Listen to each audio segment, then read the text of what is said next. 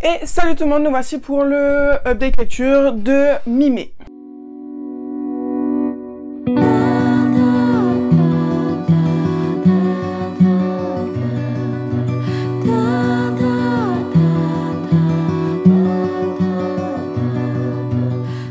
Donc à ce jour nous sommes le 15 et j'ai 14 lectures à vous présenter. Donc on va commencer de suite. Donc ce mois-ci il y a pas mal de suites de séries. Il y a cependant 1, 2 et 3 premiers tomes on va dire et des one-shots. Donc j'ai commencé le mois par l'école secrète des dragons, le tome 5. Donc j'étais super contente de replonger dans cette histoire. J'avais très hâte, je l'ai reçu le mois dernier donc ça a été relativement rapide à la lecture. J'aime toujours autant cette histoire, d'autant plus que ça devient de plus en plus obscur, avec beaucoup plus de complots politiques, surtout complots politiques, parce que là, on va avoir un tribunal qui va avoir lieu pour la raison, je ne vais pas vous le dire, mais c'est surtout par rapport à Henri. Il se passe pas grand-chose au début de l'histoire, parce qu'il y a une certaine amnésie, donc... Et on va répéter pas mal de choses qu'on connaît déjà, mais la véritable action arrive à partir des 3/4 du roman. Mais je pense que ce tome-ci est un tome passerelle en vue des tomes à venir. Je crois qu'il y en a 7 en tout, donc normalement il n'y en reste que 2. Donc je pense que voilà, c'est un très bon tome transitoire, malgré ce petit passage voilà, où on répète déjà ce qu'on a vu et revu déjà. Mais je pense que c'est vraiment annonciateur de quelque chose de beaucoup plus explosif qu'il y aura dans les prochains tomes. J'ai pas de date encore pour le tome 6. J'espère que ce sera peut-être fin 2025, début 2026. Ça serait vraiment top parce que c'est vraiment une série que je suis vraiment à fond depuis la sortie du tome 1 en fait. Et après j'ai acheté après chaque tome à sa date de sortie. Donc voilà, pour une histoire sur une île secrète avec des clans de famille, mais aussi des clans de dragons. Chaque dragonnier qu'on va suivre vont être liés à des dragons, sauf qu'on va apprendre qu'il y a un clan qui a été banni, on va essayer de savoir pourquoi. Il y a des particularités qui sont accordées à certains dragonniers et d'autres non. Particularités qui peut être bien vues comme très mal vues. On a forcément le gros méchant qui a un petit peu ces petits méchants qu'elle dissémine un peu de partout. Donc voilà, ça fait vraiment de très bonnes histoires, très complètes, avec autant de la lumière, avec une histoire d'amitié très importante, très forte, et autant de l'obscurité avec voilà, tout ce qui se passe en arrière-plan et qui met forcément en danger nos amis. Donc voilà, et puis forcément la présence des dragons qui est vraiment très bien, notamment Joyeux qui est un vieux dragon très acariâtre, très... seul dans son coin, il est pas cool, mais en même temps on peut pas s'empêcher de l'aimer parce qu'en vrai c'est de l'amour vache en fait qu'il a, et du coup c'est vraiment cette petite pointe d'humour qui est dans ce roman, bien que là on lui découvre un côté un petit peu plus doux et affectueux, ce qui est quand même rare, mais du coup voilà, c'était vraiment une très bonne suite. Ensuite, du coup, dans ma relance de thriller, là pour le coup fantastique, j'ai continué la série de Jean-Marc Desnos. Maintenant, j'en suis à 3 livres lus de lui, donc Brocélia, La Maison Bleue Horizon et là Les Prières de Sang.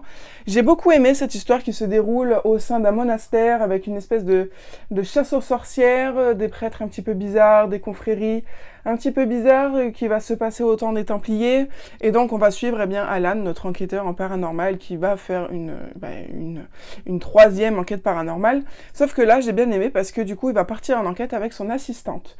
Donc c'est un petit peu au couple Warren, donc c'est vraiment super bien.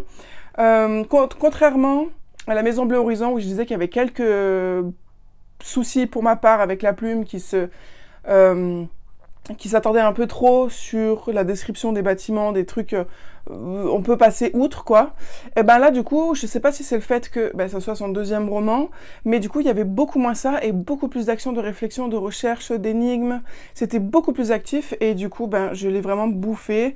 On est sur du 208 pages, donc c'est vraiment une petite gourmandise. Et du coup, maintenant, je me retrouve avec... j'ai acheté 3 autres de ces romans. J'ai l'enquête numéro 3, 3, numéro 4 que je vais lire ce mois-ci. J'ai l'enquête numéro 5 et 2 autres livres qui n'ont rien à voir avec cette série-là, qui s'appelle L'œil du chaos, qui est une dystopie fantastique, je crois, et Psylance, qui est, je ne sais plus le résumé, mais je sais que voilà, c'est toujours un petit peu dans du thriller. Et en 2025, il va sortir un nouveau livre qui va s'appeler Alan, donc voilà, franchement, j'adore cet auteur, pour le coup, là, voilà, 3 romans, 3 très bien, sauf, voilà, ce problème de description dans le premier roman, mais c'est un premier roman, donc il faut être indulgent. Mais cet auteur fait vraiment partie des auteurs que je suis, et j'espère que je ne serai pas déçue par les autres romans, mais maintenant que je me suis habituée à la plume, je pense pas que je ne puisse être réellement déçue. Mais je vous conseille fortement ce petit Jean-Marc Desnos, si vous voulez des petits thrillers fantastiques, comme on peut voir par exemple des enquêtes paranormales sur YouTube, mais ça va beaucoup plus loin que ça, parce qu'il y a vraiment un profond travail historique derrière, qui est vraiment super entraînant et super ancrant dans l'histoire, parce que ce sont des faits véridique. Ensuite, j'ai lu le premier tome de La Cité d'Archeflèche, donc Le démon dans le miroir de Jamie Littler. Au début de l'histoire, j'avais vraiment du mal à m'accrocher, parce que c'était un environnement qui était quand même assez complexe de comprendre au début. Et puis après, on se laisse vite prendre au jeu, et les choses s'emboîtent petit à petit, très très bien finalement. Donc voilà, je suis partie un petit peu reculons dedans, et puis j'ai laissé sa chance, j'ai continué. Mais après, voilà, j'étais pas dedans, on va dire, les 60-70 premières pages. Après, c'est devenu beaucoup plus fluide. J'ai bien aimé cette histoire de plusieurs factions, de plusieurs pouvoirs, et puis des petits complots politiques que là, on va dire, le gouvernement cache et que notre jeune héroïne va découvrir. Donc j'ai franchement bien aimé, en plus c'est joliment illustré, et heureusement que c'est illustré, parce que parfois on a besoin en fait de ces illustrations pour vraiment bien s'imager ce que l'auteur a voulu créer. Et donc, eh bien, je suis très contente de l'avoir lu, et je suis surtout très contente de savoir qu'il va y avoir un tome 2, il est déjà dans ma liste de précommande, je crois qu'il sort cet été. Donc très très belle histoire, donc pour juste vous donner quelques mots.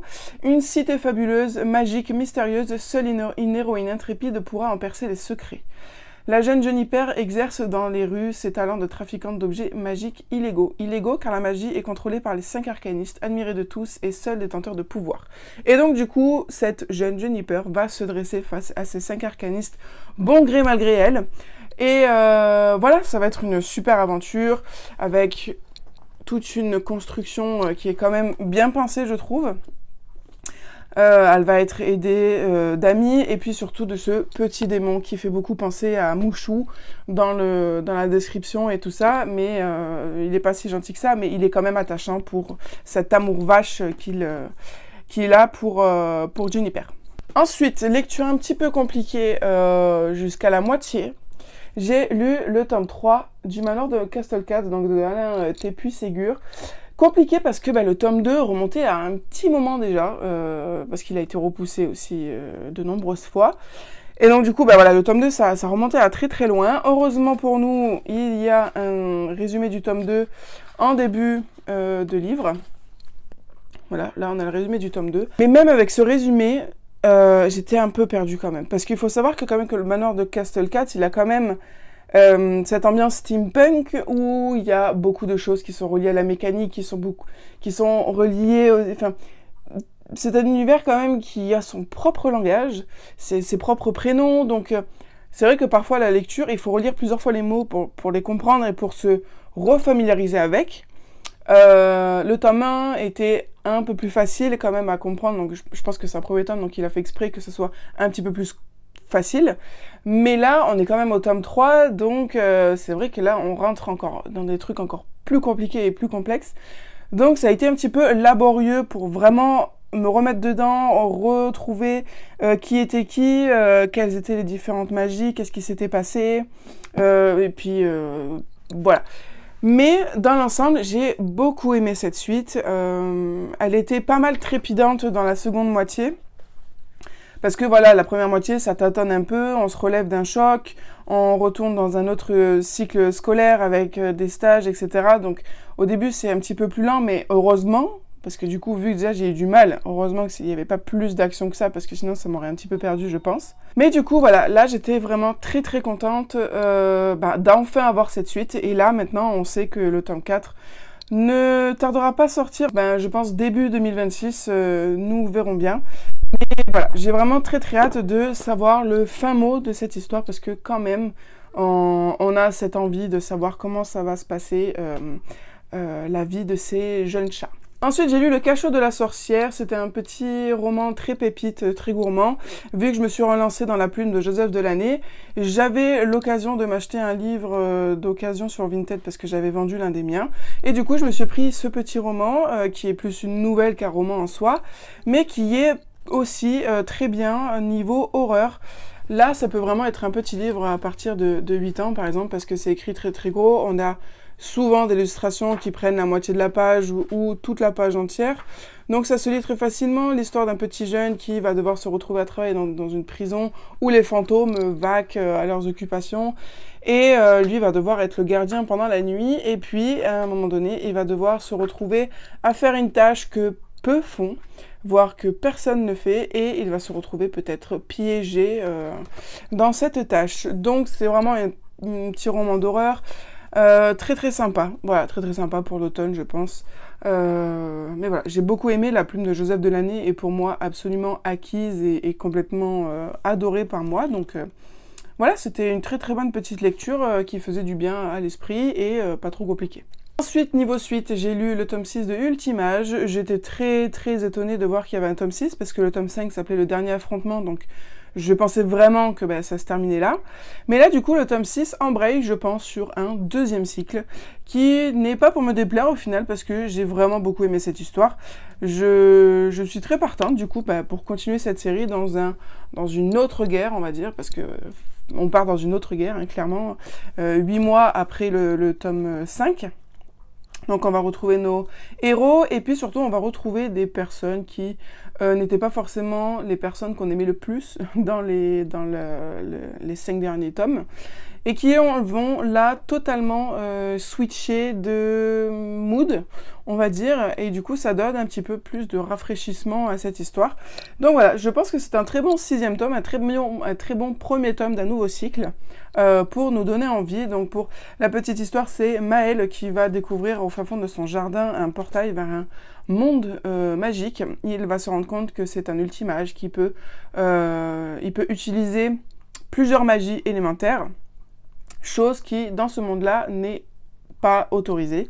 Chaque personne vivant dans ce monde n'a le droit d'utiliser qu'une seule magie, parce que voilà, la règle est que aucun ultimage ne peut vivre dans ce monde, et donc du coup Maël va se retrouver dans ce monde-là à devoir apprendre toutes les magies pour devenir l'ultimage qui pourra affronter le grand méchant. Donc là est un peu l'histoire du premier cycle. Là, je ne peux pas vraiment vous dire l'histoire du deuxième cycle, si ce n'est vous dire que on va être voilà, avec des nouveaux méchants, et voilà, nous en saurons plus dans les prochains tomes.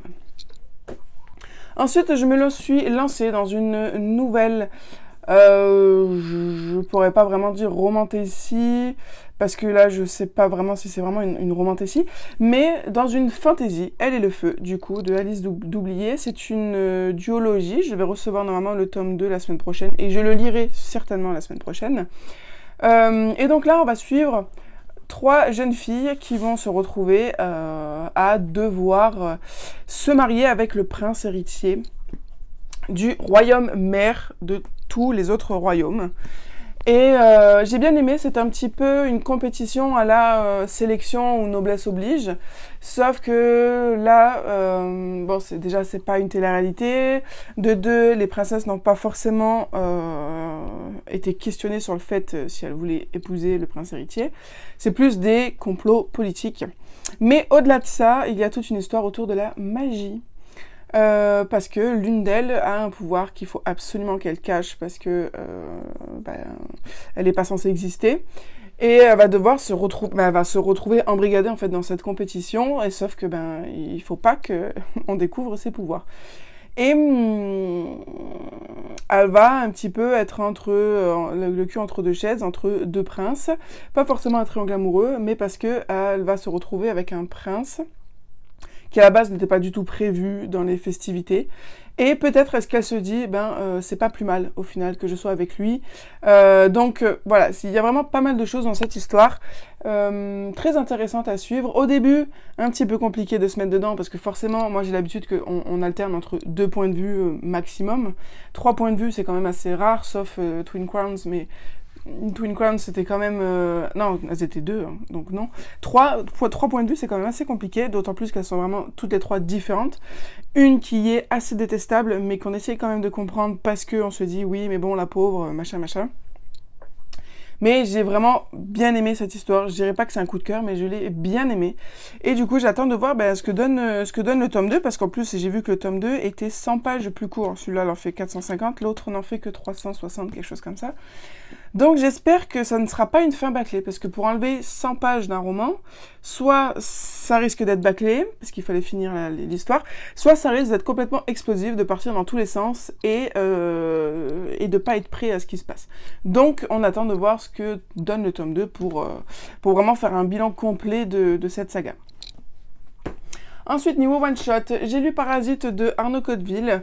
Pareil, Arnaud Cotteville, je me relance un petit peu dans ses écrits. Donc du coup, là maintenant, j'en suis à 3 romans lus de cet auteur. J'en ai encore 2 dans ma palle, dont sa dernière nouveauté est Règne. Donc Parasite, malheureusement, ce n'est pas mon préféré. La Tour de Sélénite et 1974 restent en haut du podium. Celui-ci se classe au 3e parce que j'ai trouvé que c'était beaucoup plus lent, beaucoup moins prenant. Je n'ai pas tant accroché que ça au personnage principal. Bien que son histoire familiale m'ait profondément touchée. Mais j'ai pas trop adhéré, voilà, j'ai pas trop adhéré parce que c'était quand même assez mou, on va, on revient, donc c'est vraiment que dans les dernières pages où vraiment tout se bouge avec l'arrivée d'un personnage qui arrive un peu trop tard à mon goût, et mais ce que j'ai bien aimé cependant, c'est qu'il y a quand même une sacrée inspiration de H.P. Lovecraft, donc ça pourrait beaucoup vous plaire parce que ça va être une bestiole, pour pas vous en dire plus, qui va être réveillée des profondeurs de la Terre, et va y avoir voilà, toute une histoire autour de cette bête, d'où elle vient, comment elle a été convoquée, etc. Autre point positif qui était plutôt pas mal, mais qui quand même ralentissait un peu le rythme de l'histoire, c'est qu'on va faire des allers-retours entre passé et présent. Donc le présent de notre jeune homme et son passé, parce que tout est lié. Et donc voilà, c'était pas mal, mais ce n'est juste pas mon préféré. Ensuite, suite de série, très contente de l'avoir enfin reçu, c'est Woodwalkers, le tome 4. Donc là, c'est un territoire inconnu, je ne vais pas vous en dire plus, seulement les Woodwalkers, c'est une école, donc c'est l'école de Clearwater, où les jeunes enfants qui se découvrent la capacité de se transformer en humains s'ils ont été animaux ou en animaux s'ils ont toujours vécu en étant humains. Et donc du coup, c'est dans cette école que vont être regroupés tous les Woodwalkers, sauf qu'il va y avoir une espèce de grosse rivalité pour un ou une minorité des Woodwalkers avec les humains.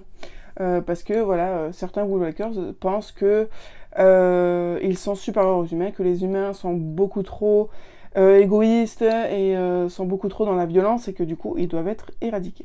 Chose que notre personnage et sa bande d'amis très chouettes sont totalement contre cette idée, et donc du coup ils vont devoir se retrouver à chasser cette personne, à essayer de démanteler tout le réseau qu'il a mis au point dans le monde entier, à démanteler un petit peu tous les mensonges, tout ça. Et donc voilà, c'est vraiment très très bien. Pendant ma lecture, je me disais mais j'aimerais tellement avoir toute la série d'un coup parce que c'est vraiment très prenant, c'est à la fois très cocooning, très mignon, parce que voilà, on est dans ce monde animal, avec certains personnages qui découvrent nos us et coutumes de nous, pauvres humains, et puis inversement, les humains qui découvrent la vie animale. On a aussi une histoire beaucoup plus simple de 4 ados qui apprennent à vivre ensemble, qui apprennent à vivre en société, qui apprennent à vivre selon les codes, selon les affinités, etc. Il y a vraiment plein de choses. Et voilà, franchement, pour des tout petits livres comme ça, je trouve qu'il y a énormément de choses dedans. Et puis au bout du 4e tome, malgré que le schéma soit assez répétitif, eh ben on ne s'en lasse pas parce que au-delà de ça, on apprend des choses nouvelles à chaque tome et puis on voit nos personnages évoluer et puis c'est quand même écrit très simplement, sans fioritures. Donc voilà, c'est vraiment très très bien, sans être vraiment de jeunesse pure et dure, c'est pas des premières lectures ou quoi. C'est juste vraiment un très très bon moment passé avec ces jeunes pré-ados. Ensuite, troisième, il reste plus que 3 romans, après ce sera 2 graphiques. J'ai lu Entrailles de Élodie Chantepie. Alors écoutez, c'est son dernier tome paru, et celui-ci m'en a fait voir vraiment de toutes les couleurs. J'ai adoré ce roman, j'adore Élodie Chantepie. Au niveau de ses thrillers fantastiques, j'en ai lu 4, j'ai lu tous ces thrillers fantastiques en fait, sauf la saga de livres qui est plutôt quelque chose qui tourne autour des Vikings, donc on est loin des thrillers fantastiques. Mais de ces thrillers fantastiques sont vraiment géniaux, et celui-ci est un simple thriller. Simple parce que il est horrible. Mais du coup là, on va suivre un jeune commandant qui va être mis sur une affaire qui est très sanglante parce que les meurtres auxquels il va être confronté sont vraiment dégueulasses, horribles. En plus, c'est étonnamment bien écrit, donc on n'a vraiment pas de mal à s'imaginer les choses. Mais c'est surtout que c'est une autrice qui va au bout des choses, c'est-à-dire qu'elle n'a aucune pitié pour qui que ce soit dans ses personnages. Et l'un d'eux m'a profondément choquée, j'en ai fait des cauchemars. Mais parce que ça me touche personnellement pour certaines raisons, peut-être que ça ne vous touchera pas parce que vous n'êtes pas dans cette situation, voilà. Je ne vais pas vous en dire plus, mais il faut quand même que je vous explique. Mais du coup là, on va vraiment être dans du bon thriller, excellent thriller, écrit de manière simple, sans fioritures, sans passer par 4 chemins pour expliquer ce qui s'est passé, voilà, sans forcément non plus essayer de changer ses personnages avec d'autres personnages, c'est-à-dire que voilà, si quelqu'un est comme ça, il est comme ça, et il faut l'accepter comme tel, parce que il a des mauvais côtés, mais il a aussi des bons côtés, donc il n'y a pas ce syndrome du super-héros, vous voyez, qui est surexploité. On a vraiment juste, pour moi, du pur instinct, et j'ai adoré ça. J'ai vraiment adoré ça. Et puis, on est quand même sur un roman de 300 pages, mais qui est passé à une vitesse hallucinante. Et même si ça me donnait de haut le cœur, même si ça me révulsait, j'étais autant énervée que ce commandant, qui avait vraiment une colère noire et qui était complètement compréhensive. Mais alors... Voilà, moi j'ai adoré ce commandant. Donc malgré tout ça, j'avais pas envie que ça se finisse. Même si pour lui j'avais envie que ça se finisse, qu'on trouve qui c'était, qu'on le boucle et qu'on n'en parle plus. Mais rien que pour le plaisir de lire, le plaisir de la plume, j'avais pas envie que ça se termine. Donc voilà, mais je suis très contente parce qu'il y aura un autre roman, déjà qu'elle a envoyé en bêta lecture. Donc voilà, j'ai un autre roman dans le même univers, je suis trop contente. Et puis je peux que vous conseiller, en même temps que Jean-Marc Desnos, de vous plonger dedans si vous aimez les thrillers fantastiques ou les thrillers tout court. Ensuite, j'ai lu le tome 2 de Greenwild, Au-delà des océans de Paris Thompson. Donc là aussi, une matière dure de se remettre dans une suite. On y est en plein dedans là aussi. Parce que le tome 1, ça fait un petit moment que je l'ai lu aussi. Hein. Celui-là, il est sorti... on n'était pas encore ici, il est sorti en début 2024, donc là on est milieu 2025, ça fait déjà un petit moment avec tout ce qui est passé entre. Mais du coup, malgré ce petit moment juste de me remettre dans le bain, ça m'a quand même conquise. J'ai vraiment beaucoup aimé. J'ai hâte du tome 3 qui sera le tome final. C'est une trilogie avérée, je l'ai lu, c'est bon, j'ai vérifié, ce n'est qu'une trilogie. J'ai vraiment beaucoup aimé, on découvre de nouveaux personnages qui cachent pas mal de secrets absolument étonnants. Même si j'ai eu quelques doutes, mais par contre pour l'autre, je n'avais vraiment aucun doute, donc c'était une véritable surprise et à la fois une véritable crève-cœur parce qu'il n'a pas eu le destin que je voulais. Mais au niveau de la magie, au niveau de la découverte de nouveaux horizons, au niveau de l'action, au niveau de plein de choses, voilà, c'était vraiment très très bien. Le seul petit point négatif, c'est que y a quand même une grosse partie de l'intrigue qui va tourner autour du théâtre, de la compagnie, de la costumerie, tout ça. Et ça, c'est pas quelque chose qui m'intéresse, qui me passionne et tout ça. Donc c'est vrai que tout ce côté-là ne m'a pas touché, ne m'a pas emballé et voilà. Mais on va dire que c'est plutôt une couverture pour quelque chose de plus gros. Donc au final, c'était totalement compréhensible une fois qu'on a compris d'autres choses plus tard.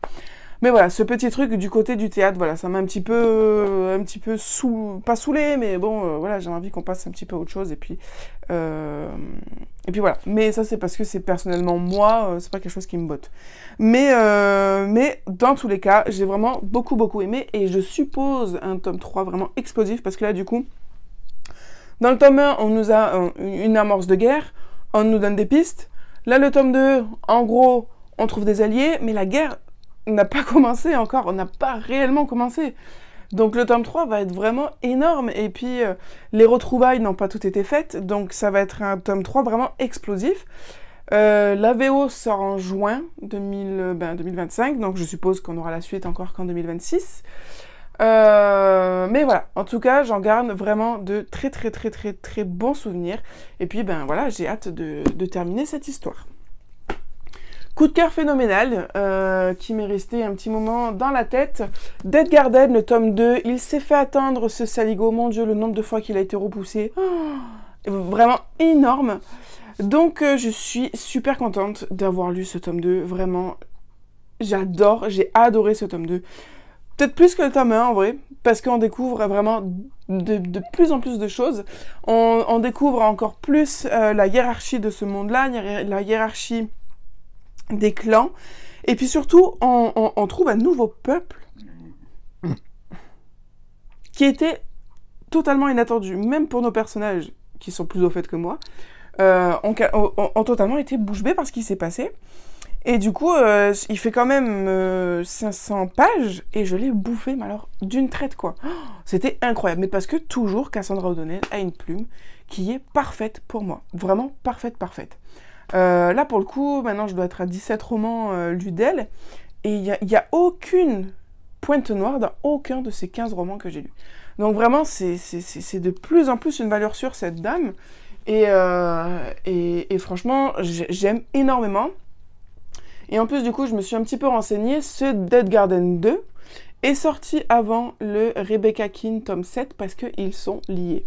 Et donc, du coup, maintenant que je sais que c'est lié, eh bien, je me suis acheté le tome 1 et 2 de Rebecca Keane sur Vinted, donc je vais les recevoir incessamment sous peu. Il n'est pas exclu que je les lise en attendant d'avoir Dead Garden, le tome 3, parce que là aussi, cette fin de tome est absolument abominable. Vraiment, c'est pas possible, quoi. C'est pas possible. Et voilà, donc Dead Garden, on est dans un univers de vampires, de loups-garous, de sorciers, de métamorphes. Donc ça plus, je crois que on appelle ça de l'urban fantasy. Et aussi, ben oui, il y a différentes sortes de sorciers, mais du coup, nous allons suivre Leonora, qui est du coup la fille de Rebecca Keane, qui est une vampire, mais qui est aussi une faucheuse de la mort. Donc elle est doublement, elle est vampire, elle est sorcière et elle est faucheuse. Personne d'autre, à part sa mère, n'est aussi puissante qu'elle. Et du coup, elle est complètement badass, elle est vraiment pète sec, quoi. Vraiment, j'adore Leonora. Je l'avais vraiment adorée dans le tome 1, et là, dans le tome 2, encore plus. Et à côté de ça, on a notre petite Ariel, qui est lui un obscur, qui est un clan de sorciers chamans, reconnus pour leur férocité, sans pitié, très efficace. Voilà, ils forment vraiment un duo meurtrier du feu de Dieu, et j'adore énormément parce que c'est vraiment ils ont vraiment une alchimie les deux qui est phénoménale et qui se ressent à travers les pages, non seulement par la plume mais aussi par l'imagination des caractères des deux personnages. Donc vraiment pour moi cette série est totalement un coup de cœur encore, et du coup ça m'a complètement conquise et convaincue de lire Rebecca Keane, parce que j'ai envie de comprendre qui est cette mère, qu'à chaque fois elle décrit, non, il faut surtout pas que ma mère le sache, que je sois en danger, parce que sinon elle ferait des ravages. Enfin voilà, il y a vraiment énormément de choses qui sont dites comme ça sur sa mère Rebecca Keane, et du coup, j'ai envie de lire cette série, bien qu'au début, j'avais vraiment peur, parce que c'est, voilà, je vous l'ai dit, c'est une série de 7 tomes, c'est des petits formats, donc écrit petit, et on est sur du 500 pages à chaque tome quasi, donc vraiment tout pour me rebuter à la base. Mais je vais essayer le tome 1 et 2 et nous verrons bien ce que ça donne. La preuve, ce mois-ci, je n'ai lu que des pavasses de 400 à 500 pages. Donc voilà, au niveau des romans, j'ai absolument adoré tout ce qui a été, d'autres plus ou moins parce que voilà, tout n'a pas absolument correspondu à mes attentes. Et ensuite, c'était hier, j'ai lu 2 graphiques, 2 suites de séries aussi que j'attendais impatiemment. Les Sortilèges de Zora, donc là on est sur le tome 5, donc on est sur la suite des aventures de Zora qui, lors de son apprentissage, doit passer plusieurs épreuves et chaque tome, elle passe une épreuve. Donc là c'est l'épreuve du rocher qui vise à chercher si c'est une sorcière pure, si c'est une sorcière qui ne vise pas à remettre en cause le traité de paix qui a été fait entre les sorciers et les humains. Et puis surtout, il y a un petit retournement de situation avec ceux qui chassaient les sorcières il y a des millénaires. Donc voilà, c'est vraiment une série BD que j'aime beaucoup, que je conseille très souvent à mes petits jeunes et qui reviennent à chaque fois conquis. Donc pour moi c'est vraiment de la gourmandise, ces BD de sorcières. Voilà, c'est vraiment très sympa. Ils ont été adaptés aussi en roman, voilà. Ce qui peut être sympa si vous n'êtes pas trop fan de graphique, mais que vous préférez les romans, vous pouvez totalement vous avoir les romans, du coup, au lieu des BD. Donc voilà, c'était vraiment très sympa, et puis au niveau graphique, je trouve qu'on est plutôt pas mal desservi, avec pas mal de couleurs, voilà, et des personnages, ma foi, très bien dessinés. Ensuite, l'autre BD que j'ai lu, c'est Les Sorcières de Brooklyn, donc le tome 4. Ça, c'est une série de BD que je n'ai pas chez moi, mais je voulais absolument l'avoir, sauf que je pouvais pas m'acheter les 4 tomes à 20 balles. Du coup, je me suis dit, bah autant m'en acheter un, autant m'acheter le nouveau qui est sorti ce mois-ci. Et donc du coup, là, nous allons suivre 3 jeunes sorcières de Brooklyn qui sont pareilles dans leur apprentissage de sorcières. Mais qui ont 12 ans. Et du coup, dans ce tome-là, notre héroïne va devoir passer sous la coupe d'une médium pour savoir si ça va être une bonne ou une mauvaise sorcière, entre guillemets, quel type de magie elle est affiliée. Et puis, bon gré mal gré, pendant ce contrôle de magie, elle va se retrouver embrigadée dans une enquête de disparition d'une sirène. Et donc du coup, voilà, c'est très sympa, il y a un voyage dans le temps, il y a aussi pas mal d'approfondissements au niveau de ces 2 amies sorcières aussi. Donc voilà, c'est vraiment très sympa comme BD. Le seul truc que je peux me dire, c'est que pour le coup, les graphiques, c'est pas du tout ce que j'aime d'habitude, mais je suis vraiment très attachée au personnage. Donc voilà, c'est très sympa. Comme quoi, le graphisme ne fait pas tout, tant que l'histoire est bonne et les personnages sont attachants. Mais voilà, je suis vraiment très contente. Il y a des passages un petit peu rigolos où elle va devoir parler avec des mouettes. Voilà, c'est très sympa avec les clichés sur les mouettes. Mais bon, il n'y a pas que ça, mais voilà, il y a des petites touches d'humour comme ça qui s'emboîtent dans cette enquête. Mais voilà, c'est vraiment très sympa. Ce sont quand même des grosses BD. Elles font 217 pages. On a une petite tortue très sympa qui va s'improviser professeur. Mais voilà, c'est vraiment très sympathique. Et pour 20 balles, je trouve que ça vaut le coup quand même. Donc voilà, écoutez, cette update lecture est terminée. J'en ai oublié un 15e, mais je vous le présenterai à la fin du mois du coup. J'espère que cette update lecture vous aura plu. Si vous avez un avis quelconque à me donner sur n'importe quelle de ces lectures, c'est avec plaisir que je les reçois. Je vous fais plein de gros bisous et je vous dis à très bientôt sur la chaîne pour une nouvelle vidéo.